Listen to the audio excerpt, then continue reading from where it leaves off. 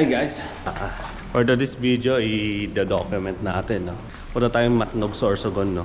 Ayun, nakapag-ready na ako ng mga gagamitin. Na-ready ko na rin yung sasakyan. Ayan. So, samahan nyo ako guys, no? I-experience natin itong ride na to. Tingnan natin kung kakayanin natin ang dire-diretso or hindi natin magpahinga.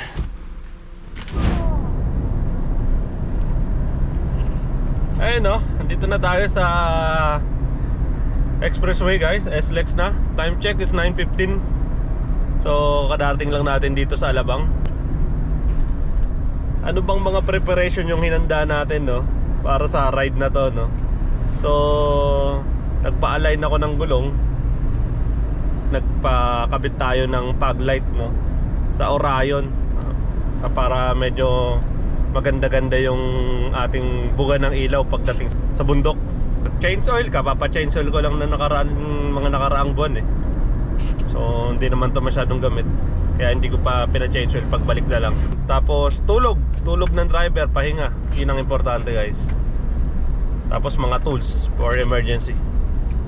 So ayun, samahan nyo kami guys sa aming travel papuntang Matnog, Sorsogon.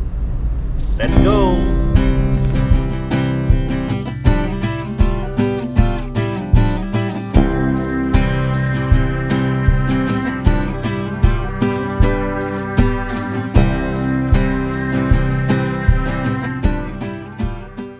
So hi guys, kadarating lang natin dito sa Petron SLEX, no. Time check is 9:41 in the evening. Magdi-dinner muna tayo, no. Tapos ride out na din tayo. So hindi naman tayo nagmamadali, medyo traffic dito sa SLEX, no. So as per Waze, ang estimated arrival natin if dire-diretso tayo, no, is 9:54 in the morning. So 12 hours pa ang ida-drive natin, no, kung dire-diretso tayo.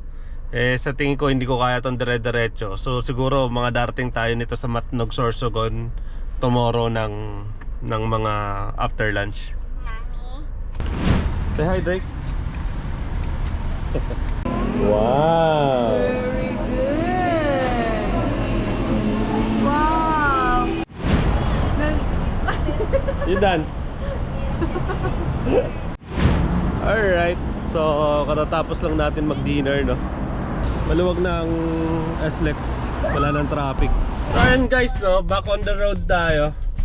So palabas na tayo dito sa expressway. Let's go, let's go.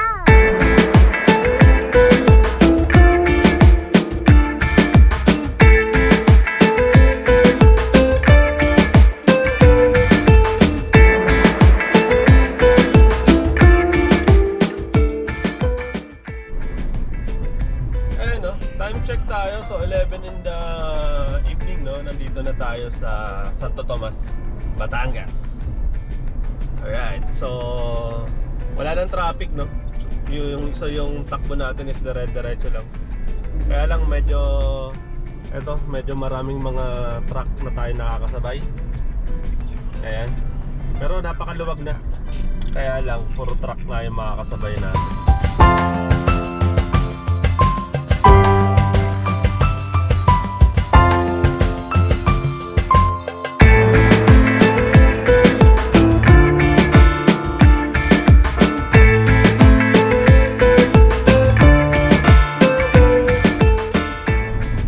So ayun, 11:28 in the evening, no. Nandito na tayo sa San Pablo. So ayun, tamang chill lang. Medyo maraming ginagawang daan ngayon dito. May mga lubak, pero hindi naman ganun kalalim.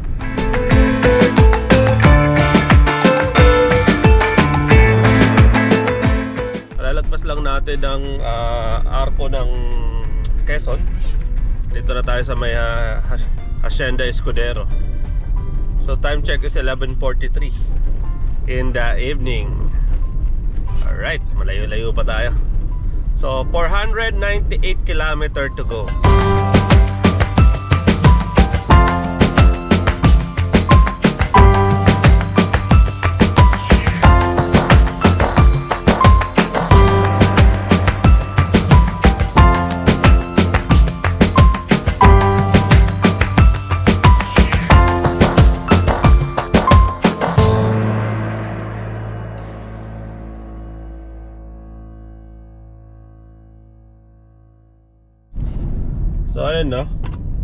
It's 12:12 in the morning. Nandito na tayo sa Sariaya, Quezon. So 471 kilometer to go. And guys, no, ma-share ko lang, no, para dito sa ride natin, no. Pakabit tayo ng fog light sa Orion. So kinuha natin yung pinaka top of the line nila, yung max ba yun? Pakita ko sa inyo kung gaano kalakas yung buga. Eto, tingnan nyo guys. Ang lakas, di ba? Pricey lang pero sulit. So nakuha ko siya ng 6.3. May free na park light, dalawa. Saka libre na kabit. Sulit, sulit.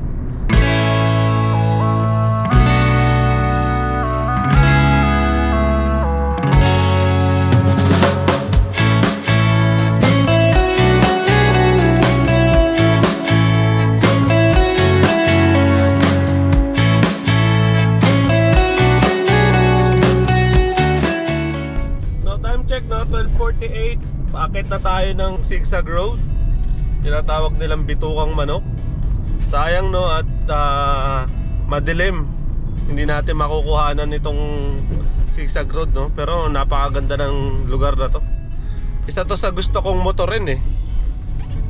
Pag mga Sunday quick ride, sarap. Soon pupunta tayo dito. Sa sitwasyon dito bago old zigzag road, no? Travel lubak.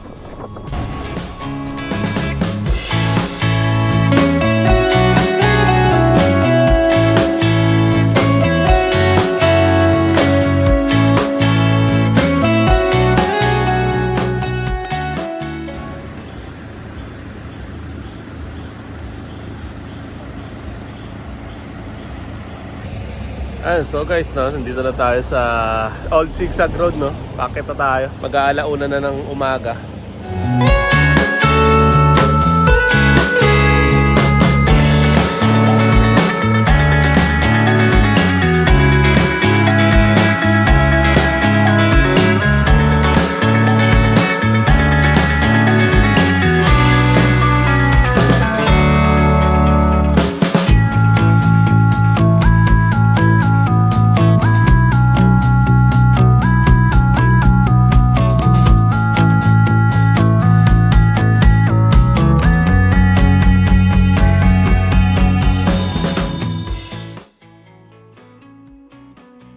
So time check is 1:18 in the morning. And nandito na tayo sa Atimonan, Quezon. Ayun, so hindi pa naman ako inaantok. Total walang traffic. Mamaya na tayo magpapahinga.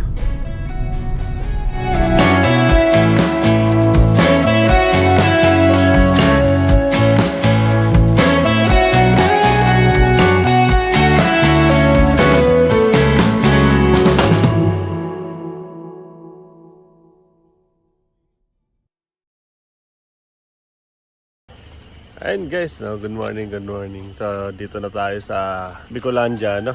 Ito yung Camarines boundary. Mga 8 hours na tayo nagda-drive, no. So alas 4 na ng umaga. Medyo pagod na ako. Papahinga ako dumamaya. So ayun, nakaihil ako kay ate, saka bumili ako nito, pampagising. Alright.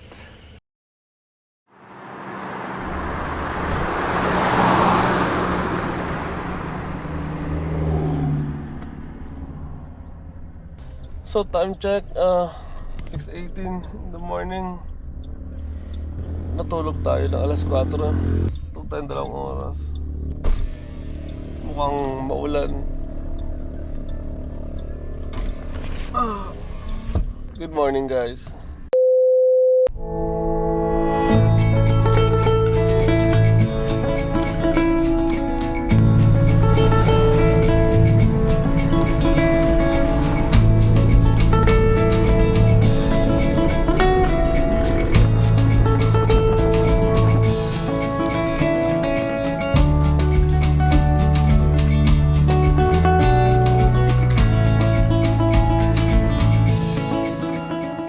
Ayun guys, huminto muna tayo dito sa McDonald's Tagkawayan para mag-breakfast. Medyo gutom na ako, katutulog. So, maganda yung McDonald's dito sa Tagkawayan.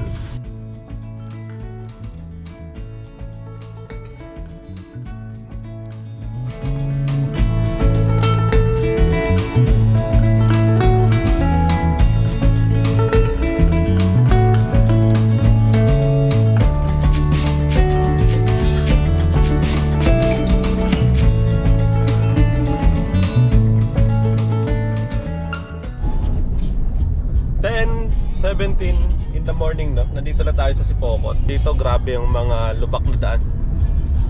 Mas grabe dito pala sa Sipokot. And look at that, guys. Diba? Sa mga taga Bicol dyan, no? Ramdam nyo ano yung nararamdaman ko ngayon dito sa daan na to. So makakon ngayon dito, no? Makulimlim ang panahon. Go!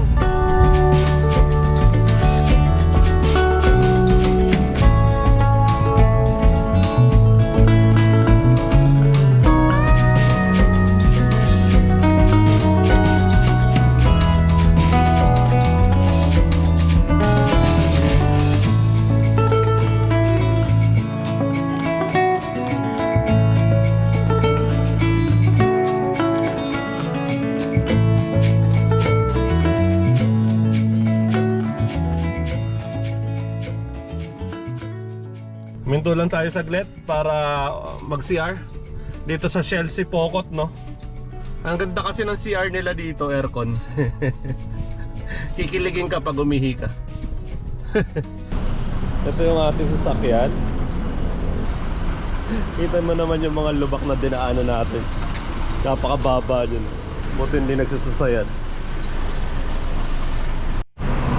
So tibay din ng gulong na to, no? Magdadalawang taon na sa akin to. Toyo Proxys TR1.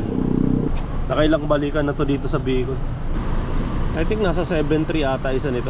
Kung gusto niyo ng ganitong gulong, no?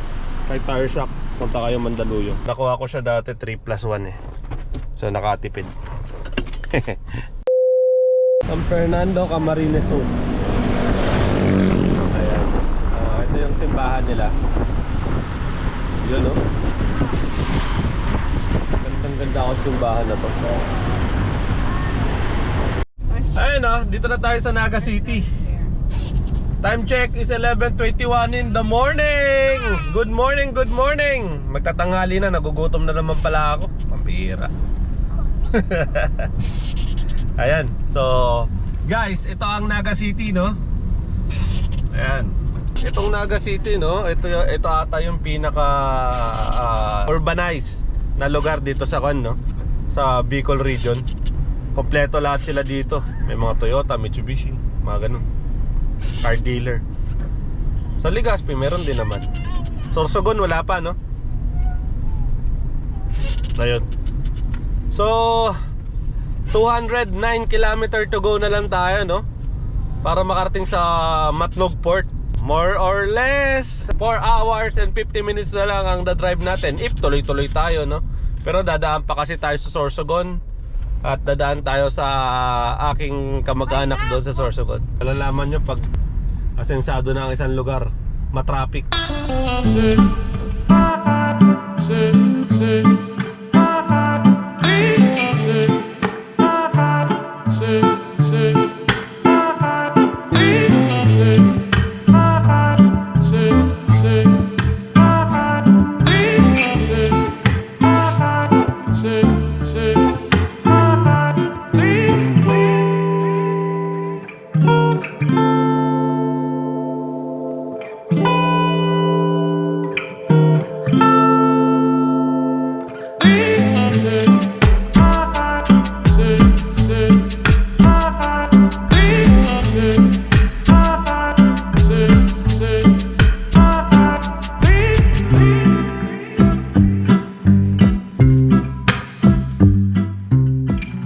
So mag-aalas 12 na, no? Nandito na tayo sa Pili.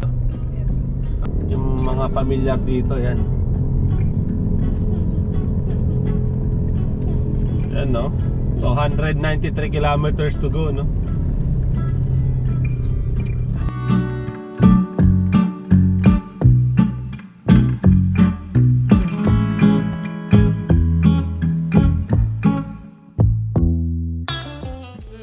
Nandito tayo sa sa Mayon Bypass Road. Ito yung magandang daanan kapag gusto mong makitang malapitan yung Bulkan Mayon, no? Kaya lang sa ngayon kasi medyo masama ang panahon, so natatakpan siya ng ulap. So ayun, tingnan natin.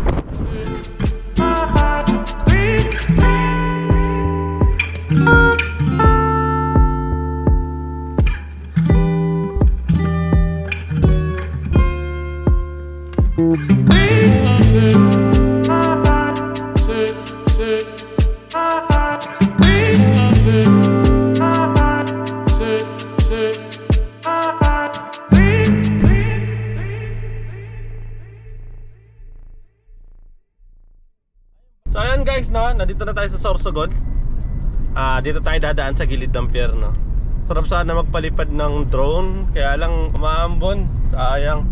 Bale, baka sa bukas or Sunday makabalik tayo dito.